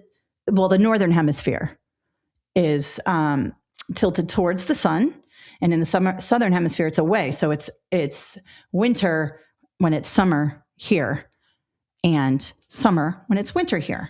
So it's all about the Earth's tilt. Life science, we're going to talk about cell theory, parts of a cell, body systems, interdependence, very important, food webs, food chains, producers, consumers, decomposers, life cycles, and of course, inquiry again. Let's have a look at what that looks like. We have wolf population increases, shrub population decreases. Oh, I can see wolf population decreases, shrub population increases. These are other types of questions here where you have like, this does this while this does this does that while this does that. You'll have sort of parallel structures here. So I can't choose anything yet. I have to figure out. In a forest food web, wolves eat deer and deer eat shrubs. A disease eliminates most of the deer population. What's the outcome? Well, wolf population is going to decrease because they eat the deer. Something similar in Florida, we have a very low Florida panther population. And a lot of people really want to increase the population of Florida panthers. That would be great. In fact, we have them. I've seen one Florida panther my whole life living in Florida. It ran across the road one time recently where I live. It was a panther. I've never seen it before. There are not very many, but where I live, there are I've probably a couple of panthers. Anyway, he ran across the road, or she ran across the road. A lot of people want to increase the panther population, but in order to do that, we would have to like bring in so many deer we'd have to increase the deer population exponentially, and we would be busting at the seams with deer. So unfortunately, that's probably not going to happen. They are protected, but the wolf population would decrease and the shrub population would increase because the wolves lose their food source, the deer, and the shrubs aren't getting eaten by deer. So B would be the correct answer. You might also have a food web or a food pyramid that you have to interpret. So just understand those. And then we have physical science, physical change versus chemical changes, forces in motion, electricity, circuits, series, parallel, conductors, forms of energy, kinetic, potential, thermal, simple machines, lever, pulley, wedge. I have a whole table on this in my book, guys. Inquiry, again, always with the inquiry. Let's have a look at this. We have physical change, chemical change, and neither. All right. We got one that stands out, a chemical change. Let's have a look. A student leaves bread on the counter for several days. It turns green and grows mold. This is best described as chemical change. Physical changes are physical changes in something. A chemical change means the molecules change. And in this case, new properties are happening in the bread. Different properties, I should say, not new. Matter is neither created nor destroyed. They're all here. It's everything that we have has been here, but it changes, right? Rust is a chemical change. If you're talking about breaking something, that's a physical change. So just remember that. Chemical changes produce new substances with different properties. All right. And that's the end of this presentation that you will get with the email at the end of this. Let's see. Amber, that was the best. I watched all the live events on NASA. I loved it. I loved when the Navy guys and gals went out and got them from the water. I mean, just crazy. I thought it was so cool. I loved that. The mitochondria is the powerhouse of the cell. Yes, Gina, I've seen that. Is that on TikTok where they're asking a question and all the kid can say is the mitochondria is the powerhouse of the cell? I am a cell girly. I love the cell. I was a biology teacher, so anything DNA, genetics, love that. Love it, love it, love it. All right, guys, listen, let me show you where to get all our resources. And remember that offer code. First off, KathleenJasper.com. Those of you who are looking for extra resources, my math people, under free webinars, I want you to scroll down and go to Math Skills for Teacher Certification. This will help you tremendously. It's got a free handout and I go through a lot of math. I think I made one mistake. I said something incorrect here. Of course, it's live. I hate doing live math. I hate it. I could do anything else live. Don't love live math. Grab this. I've got Start the School Year Off with Success, lesson planning, classroom management, AI. This is a little outdated. I got to review that. Those of you taking the 7811, I did one specifically for the 7001. You can have a look at that. Coming up, I've got the teacher interview and leadership. So those of you who are interviewing for new jobs, if you're interviewing at a new school, join me next week. I'm going to help you. I was an assistant principal. I hired hundreds of teachers. I know exactly what they're going to ask you. And those of you who are trying to be assistant principals, tell your friends, these are really good. A lot of people get the job after they attend these webinars. I know what they're going to ask you. You want our paid resources, go to Study Guides, Elementary Education. We have them all here. You can buy them all in one or individually. If you need more than two subtests, if you need more than one subtest, buy the whole book.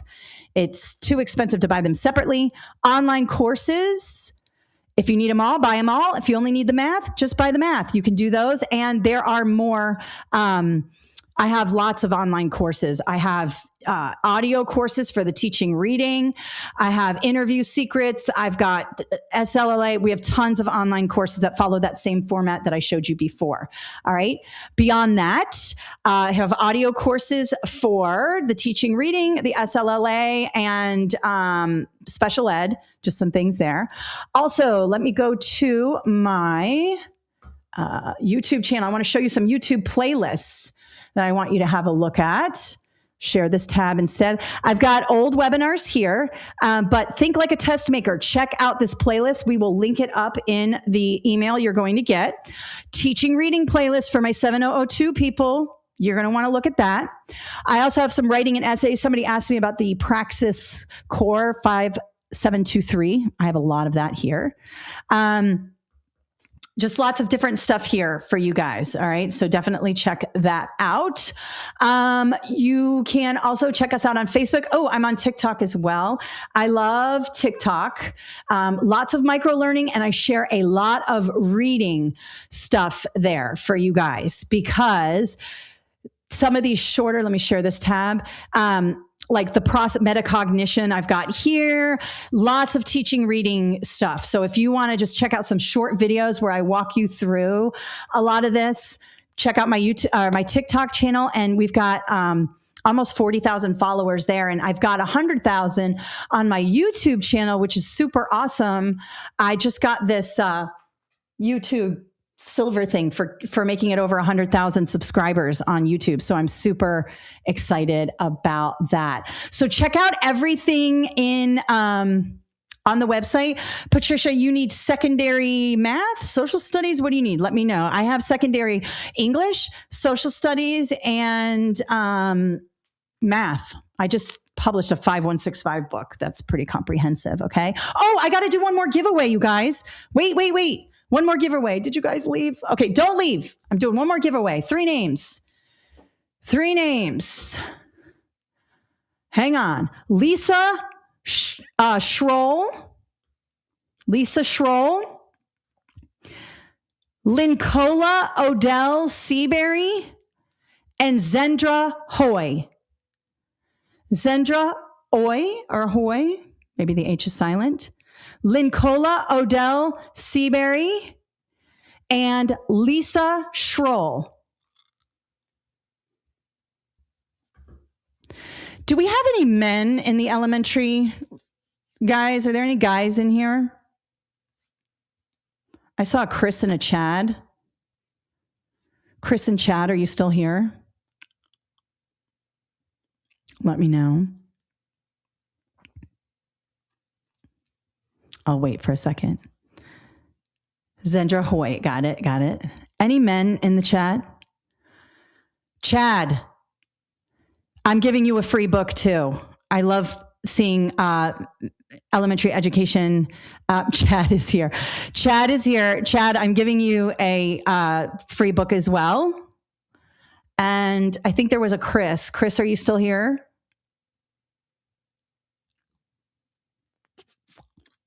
I don't know your last name. Otherwise, I would let you know. Let's see. Chad, I'm going to give you a free book because you are a male in elementary ed, and that's really cool to see. We love that. And let's see here. You're going to have to email, because I only see Chad in here.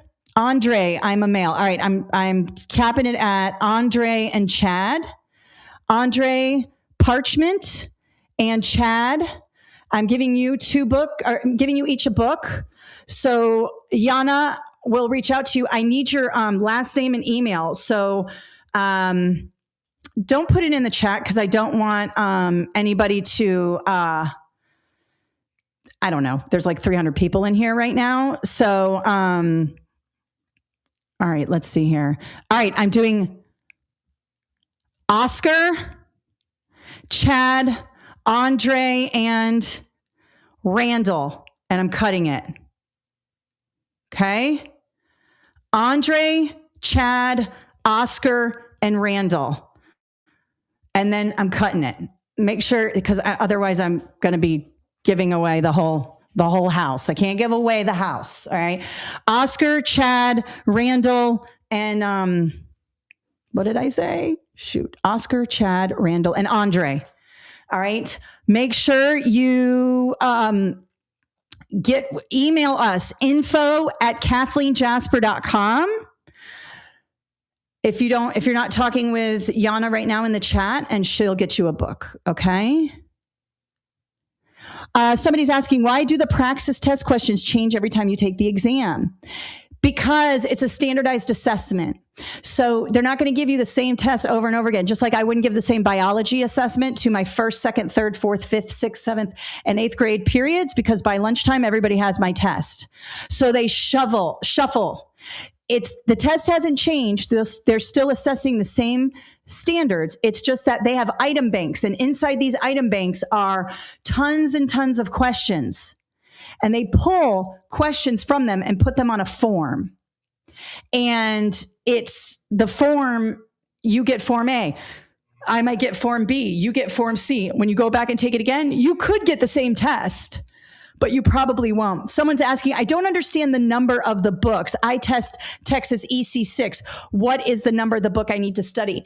I would get this book if you want to buy my books. It is not for the EC6. I'm working on an EC6 for Texas, but it won't be ready by the time you take your test.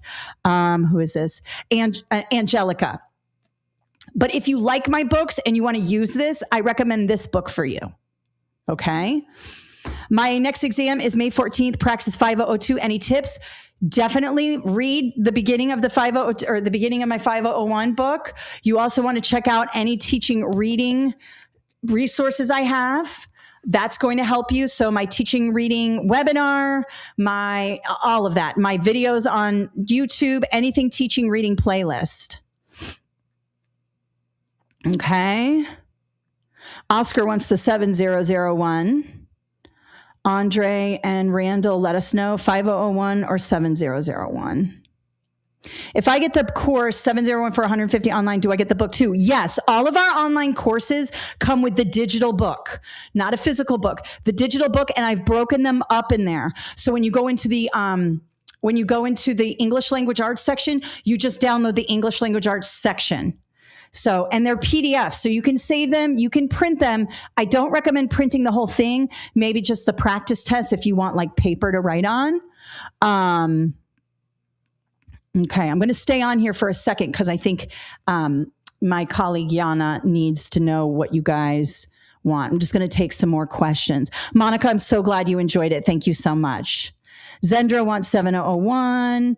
What, any free practice math flashcards? I don't know of any free practice math flashcards, but Angela, you can use AI. You can ask it. Now, ChatGPT gives kind of bad questions, but Claude gives pretty good questions. So if you want to check that out. My next exam is a social studies test. Any tips? Jennifer, I have a very comprehensive social studies section in my book. If you've already looked through it and you've already done the practice test, I would also encourage you to use AI as well. Have it generate some realistic questions and answer explanations. Is the 7001 only available digitally? It's only available digitally on our website.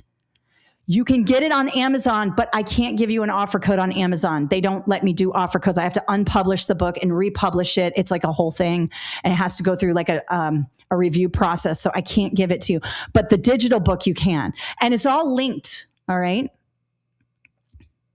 All right, Latoya, have a great day. Awesome job, guys. All right, are we good, Yana? I think we should be good. You have everybody's info.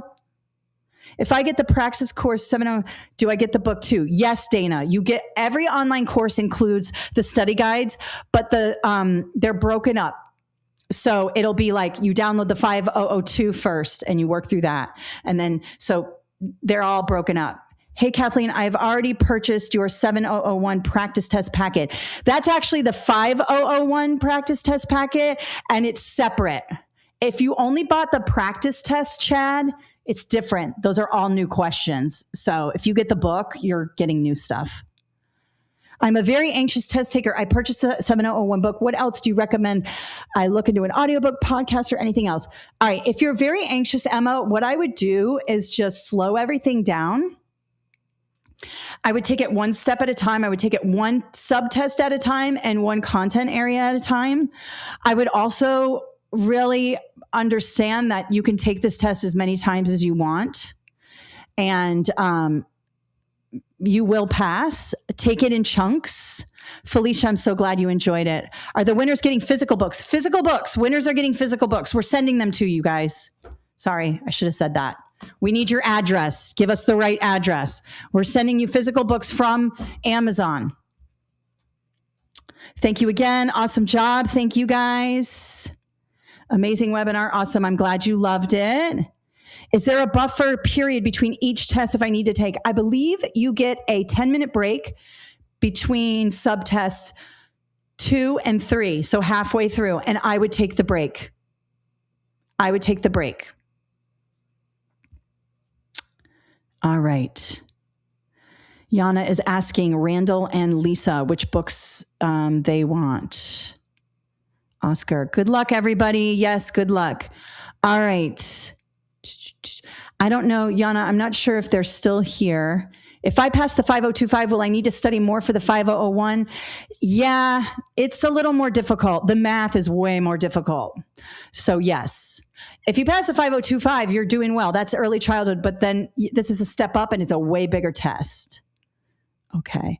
It looks like they may not, we'll have to find their emails, Yana. Okay. Thank you guys. All right. Listen, I'm so glad you guys made it today. Thank you so much for being with us. We'll send those books out and we hope you have an awesome day. All right. Thanks, Annette, for all the different comparisons. That's really good. I like Claude the best. ChatGPT has gotten really bad lately. I just don't love it. Okay, guys, have a great day. Thanks for joining me.